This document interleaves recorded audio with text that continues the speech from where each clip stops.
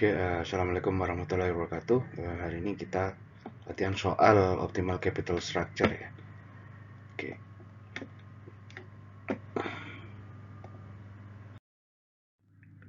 Oke, di sini soalnya ada PT Bank Jago memiliki aset total 10 miliar, earning before interest and tax, jadi dia pendapatan sebelum dipotong bunga dan pajak itu 2 miliar, dividen untuk saham preferen 200 juta, tarif pajaknya 25%. Lalu tentukan struktur modal optimal ya atau optimal capital structure berdasarkan data yang ada di tabel ini. Oke, dengan data ini tentukan pertama berapa laba per lembar saham untuk setiap level utang atau earning per share ya. Lalu yang kedua hitung berapa harga per lembar saham untuk setiap level utang. Nah, setelah dihitung A dan B, tentukan capital structure mana sih yang paling optimal seperti itu.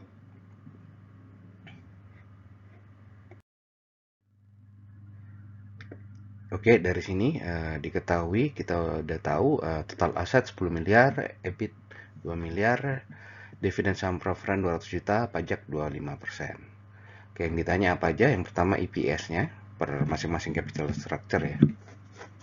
Lalu harga saham tiap level utang, dan yang terakhir optimal capital structure-nya di rasio utang berapa, seperti itu.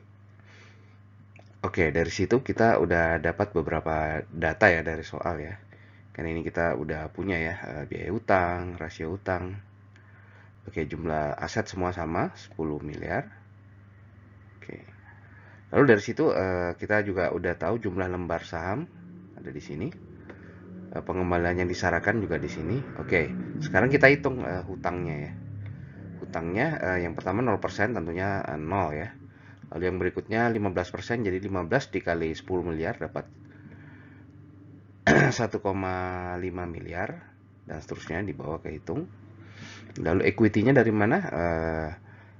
Total aset itu dikurangi utang ini, sisanya masih ada 8,5 miliar. Oke. Lalu EBIT-nya dari mana? Berarti earning before interest and tax semua sama 2 miliar ya di soal yang ini. Oke.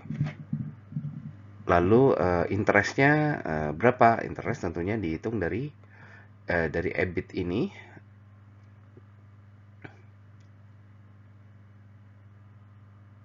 Oke, sorry dari hutang ini ya. Kita hutangnya berapa?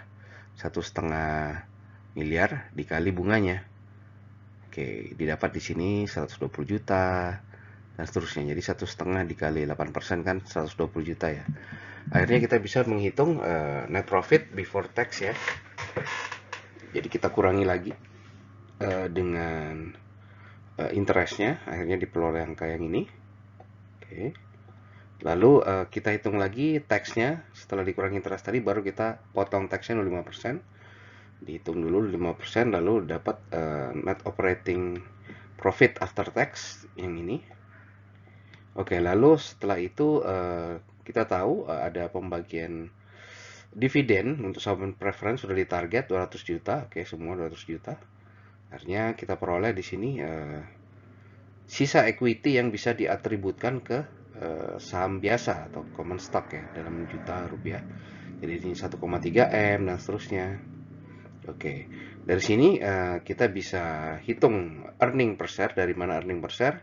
Tentunya dari equity yang bisa diatributkan ke common stock dibagi dengan jumlah saham yang beredar sesuai dengan capital structure-nya. Oke, 1,3 M ini dibagi 4 juta, akhirnya kita dapat earning per share-nya 325 dan seterusnya ya. Oke, jadi yang EPS ini untuk poin A ini ya. Oke. Jadi nyambung ke sini. Oke.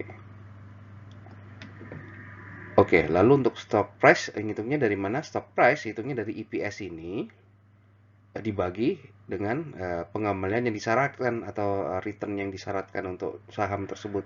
Oke. Tergantung masing-masing rasio utangnya ya atau capital structure-nya 12%, 13%. Nah, seterusnya akhirnya diperoleh untuk jawaban B ini tiap level utang ya. Kita peroleh di sini. Oke. Lalu yang terakhir optimal capital structure. Oke, dari sini kita lihat dari yang poin B, optimalnya dia saat harga saham paling tinggi di level mana sih rasio utangnya. Oke, dari sini kita bisa lihat. Oke, untuk rasio utang 15%, dia optimal ya, karena harga sahamnya paling tinggi di situ. Oke, mudah-mudahan cukup jelas ya teman-teman. Oke, mari kita akhiri dengan hamdalah, alhamdulillahirabbil alamin.